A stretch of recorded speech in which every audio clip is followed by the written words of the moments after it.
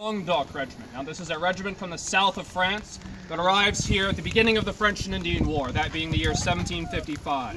Through the year 1756, they are one of the main regiments to garrison this post, not only in the summertime, but also in the winter. Now when the French troops arrive in Canada, they are very much unaccustomed to this sort of weather specifically. And therefore, they're being issued all kinds of additional accoutrements and clothing so they can deal with the rougher Canadian weather. So clothing might be the toque or the red knit cap that you would see these troops being issued. They actually get 4 of these as soon as they get off the boats in Quebec. They're also getting the capot, or the large white hooded garment that is going to protect them from the rain, but then also the snow. Now, of course, with 3 feet of snow in the Adirondacks, you would also find things like snowshoes or la raquette being issued, ice creepers to deal with such conditions. There's also hatchets and tarps being issued out so these men can very appropriately wage war here in the north. Now there's several things that do not change about their clothing and equipment, and that is a reflection of the fact that they work pretty darn good no matter where. Either here in upstate New York or in the Austrian Alps, you find that their surgarde, or their soldier's belt, remains the same. Now, within the surgarde you have a place for your épée, or your soldier's sword, or the bayonet, effectively turning your musket into a pike. Now often, l'épée is not good for fighting in the woods, let alone anywhere, and so it is replaced with a hatchet. Another thing that remains the same is the giberne, or the cartridge pouch, holding roughly 30 rounds of pre-made ammunition so that you can quickly load and fire your weapon. And of course, the other thing that does not change is their muskets. Now this is a 1728 French infantry musket. This does not mean that they're all made in 1728, but in fact that in that year this pattern was codified. In other words, there was a blueprint made, and all guns after that until a certain point are to be made in the exact same manner. So this one could be made in 1734, that could be an original from 28, and that could be a new one from the early 50s. Now it doesn't matter when they're made, they're all going to work exactly the same way. They're all going to have the exact same parts, most of which still exist on our firearms today. First, you have le canon, or the barrel. Now, our barrels are 46 inches long, and they're simply an iron tube, no rifling. The next piece, le crosse, or the stock. Effectively, it's going to hold all the pieces of the gun together and then allow you to actually safely fire this gun. The most important part, of course, is going to be la plantine, or the lock. Now, this is a flintlock weapon, so of course it has to have some distinct parts. The first is going to be le chien, or the dog of the gun, or the cock. Within the chien, you have the pierre de fusil, or stone of the gun. Now, if this is a flintlock weapon, what do you think the stone of the gun could possibly be? Flint, exactly. Now, flint is a really interesting mineral. It is a stone that, of course, is very, very hard. It also can be knapped. Knapped meaning you strike it at an appropriate angle, thus creating a very, very hard, sharp edge.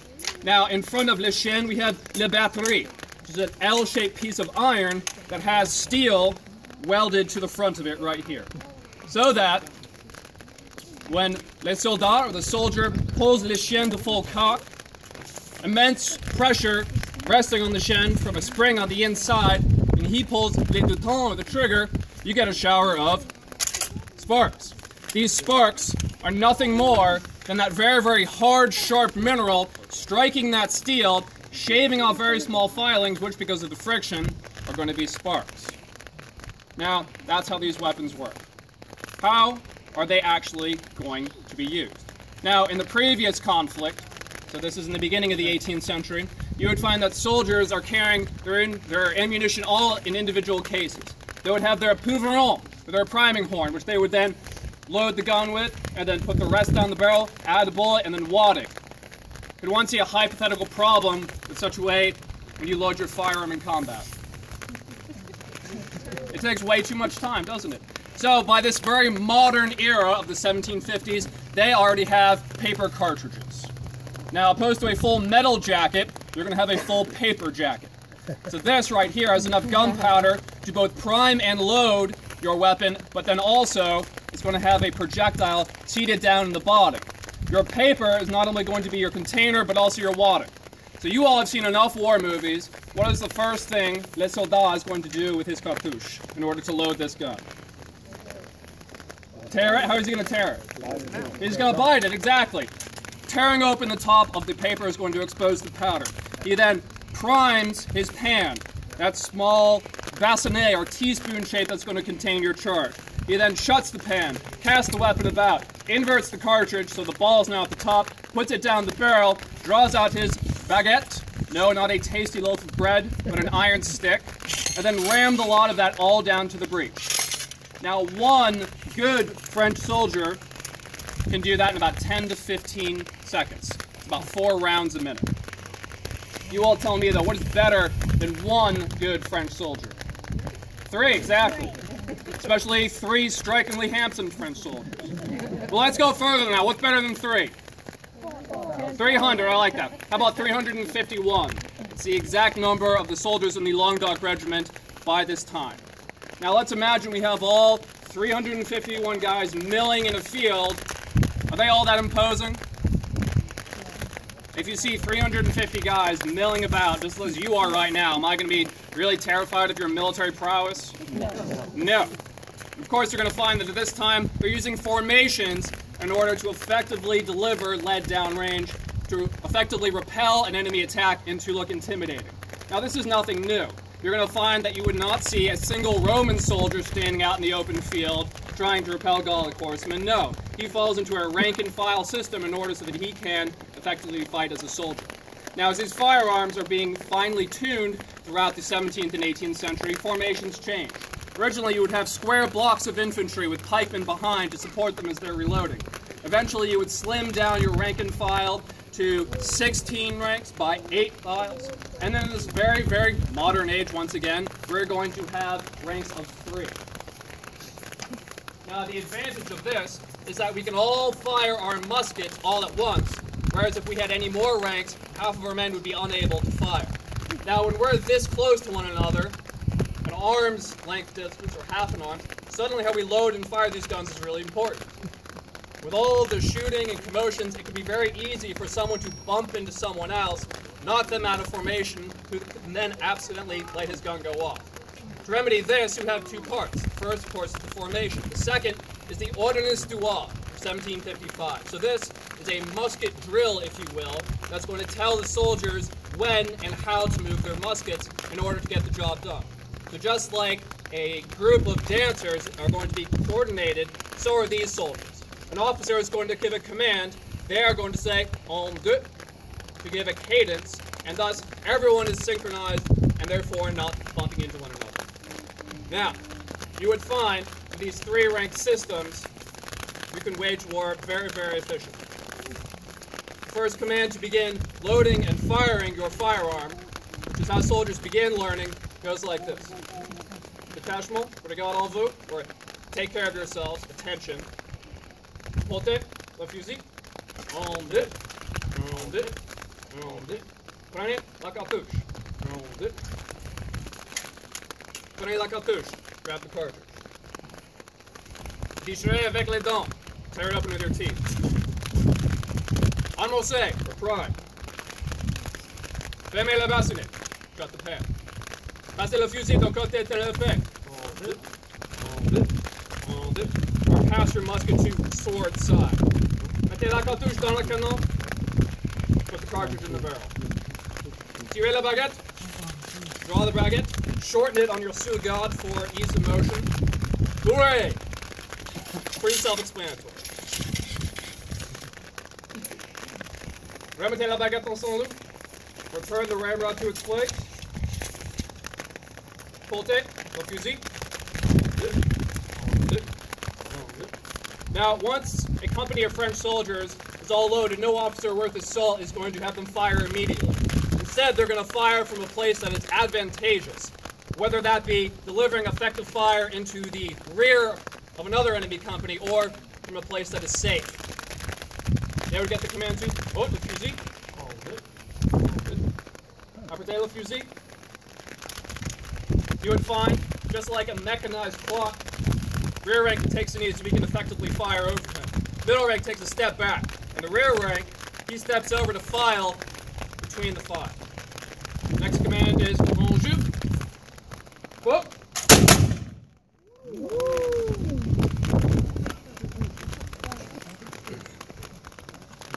installez ensemble le repas. Fermez le bassinet. Portez le fusil.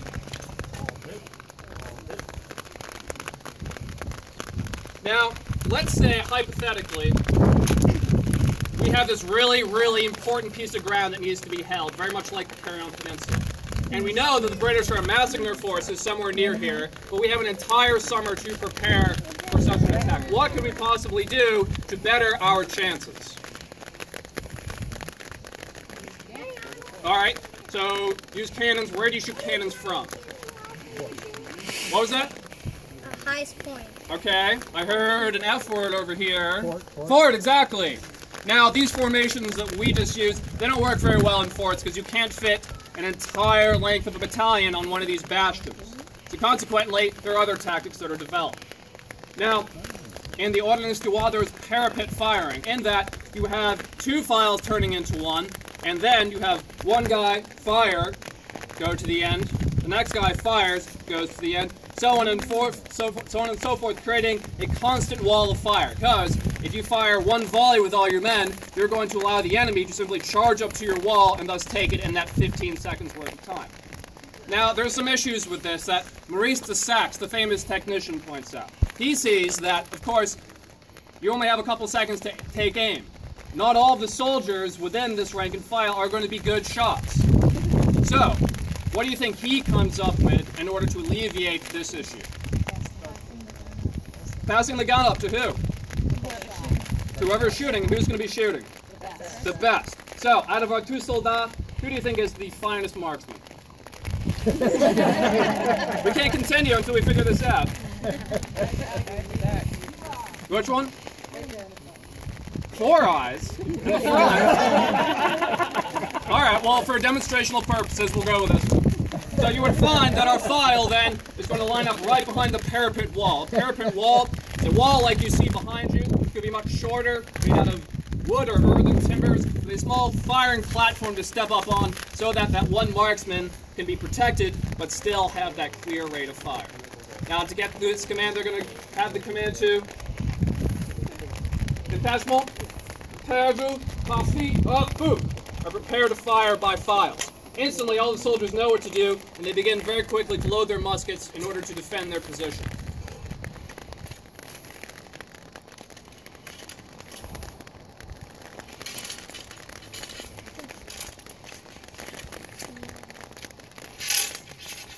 And time is of the essence.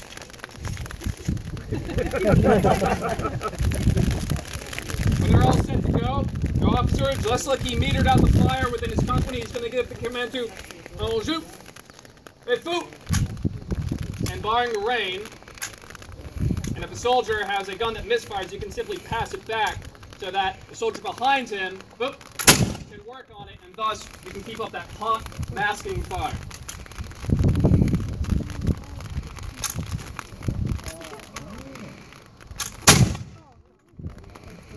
Yeah. Now imagine, opposed to 2 soldiers loading for this one, we would have 8 soldiers. Oh. You would imagine that barring the rain, our rate of fire would be much more substantial. Now it's with this tactic, you're going to find the French soldiers defending this fort in 1758. Not from the walls of the Fortress Carillon, but directly to the north and west on the heights, where they built a log wall, and then using such fire, they turn away the British force numbering 16,000 men with only 4,000, inflicting 2,000 casualties.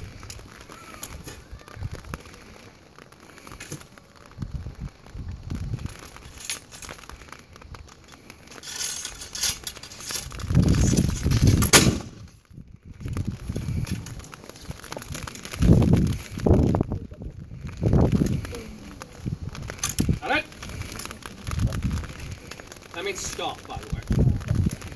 So, we understand that defending from forts, of course, is a much better way to win battles. But what's better than 1 fort? 2 forts. Bingo, what's better than 2? 3. 3. And that's exactly what you would find here on the Carillon Peninsula in 1756. Not only does the construction of Fort Carillon continue, turning it eventually into the fortress that we see today. One would also find an advance guard all the way at the northern end of Lake George, so that you could stop the British from landing at the northern end of the lake. Beyond there, in what is now the center of the town of Ticonderoga, you would find a fortified sawmill. And then, of course, the last-ditch effort, the Fortress Carillon. Now, it's imperative that the French soldiers, using these tactics, defending these walls, that they maintain their position, because if they were to allow the British to enter Lake Champlain, you could find that the British could sail all the way up into Canada and officially ending the war. Now, with all that said, there's a couple different things that you all can do here that don't involve firearms. At 2:30, there's going to be a garden tour beginning from underneath the American flag. So if you want to learn about some of the other history of this site that doesn't have anything to do with guns and violence, I highly suggest you check it out, even in this rainstorm. Now, by the two cannons in the parade ground, you're going to have another tour that deals with the collections of this museum so that you can get an in-depth look at what we have to offer. So on top of that, we have a distinct opportunity at this fort to back up our demonstrations with original artifacts. So if you're interested in these firearms, I highly suggest you all check out Bullets and Blades. And that's on the second floor of the barracks, the large building right behind you. Lastly, I'd like to thank you all for coming. It's because of you all braving this rainstorm that we're able to do this year after year, being the vast majority of our funding. Being a private site, we don't always have the luxuries, and therefore, I would like to thank you all very much for listening to me and for coming on this rainy day. Thank you very much. And if you guys have any questions, now's the time. Questions, anybody? Is your hand dirty from the ramrod or from, okay. It's from both. So, when it rains, these guns are increasingly dirty, which is one reason why they don't fire. As you can see, it's caked in gunpowder. But from drawing out the ramrod and then ramming it down that tube, which as you can see, very, very nasty, this is going to get covered in that residue. Okay. But yeah, these guns are really dirty in general, so that's kind of the lay of the land. And so what's hot sparking? Is it the steel that's shaved or the stone? The steel is having those small filings shaved off. So the steel's actually being scraped away? Yes. Okay.